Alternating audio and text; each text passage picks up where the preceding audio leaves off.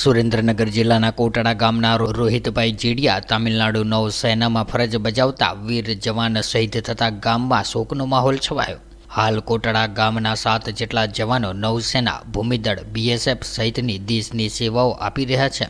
સુરેન્દ્રનગર જિલ્લાના સૈલા તાલુકામાં થોડા વર્ષોમાં યુવાનો ફોજની નોકરી કરતા દેશ સેવામાં મોટા પ્રમાણમાં જોડાઈ રહ્યા છે. ત્યારે 3 વર્ષ પહેલા ભારતીય નૌસેનામાં જોડાયેલા કોટડા ગામના યુવાન રોહિતભાઈ જીડિયા કે જેઓ હાલ તમિલનાડુ ખાતે નેવલ બેઝ પર INS કટ્ટાબોમન ખાતે ફરજ બજાવતા હતા, જેઓનું ફરજ દરમિયાન જવાનનું આકસ્મિક અવસાન થયાની જાણ થતાં જ પરિવાર સાથે સમગ્ર ગામમાં શોકનો માહોલ વ્યાપી જવા પામ્યો હતો. યુવાન રોહિતભાઈ જીડિયાના નશ્વર દેહને લઈને નૌસેનાના જવાનો સાયલા ખાતે પહોંચ્યા હતા. ત્યાંથી લઈને તેમના ગામ કોટડા સુધી સેંકડો લોકો બાઇક, કાર સાથે લઈને જોડાયા હતા.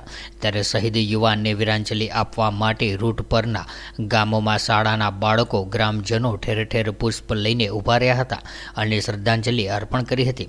ત્યારે કોટડા ગામે યુવાનના ઘરે તેમજ અંતિમ ધામે સેનાના જવાનો દ્વારા ગાર્ડ ઓફ ઓનર પણ આપવામાં આવ્યું હતું. તેમજ સાયલા ધજાડા પોલીસના અધિકારીઓ, સેનાના નિવૃત્ત જવાનો તેમજ પરિવારજનો દ્વારા પુષ્પાંજલિ અર્પણ કરાઈ હતી.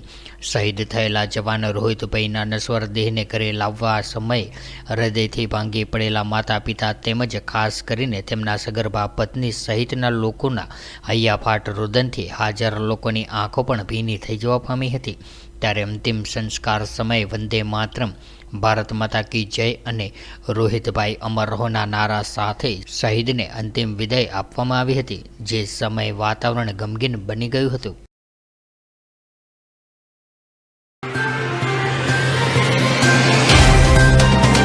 तो व्हाट्सएप, ट्विटर, फेसबुक, इंस्टा जहाँ भी आपका अकाउंट है, इसे शेयर बटन के द्वारा वहाँ पर शेयर करें.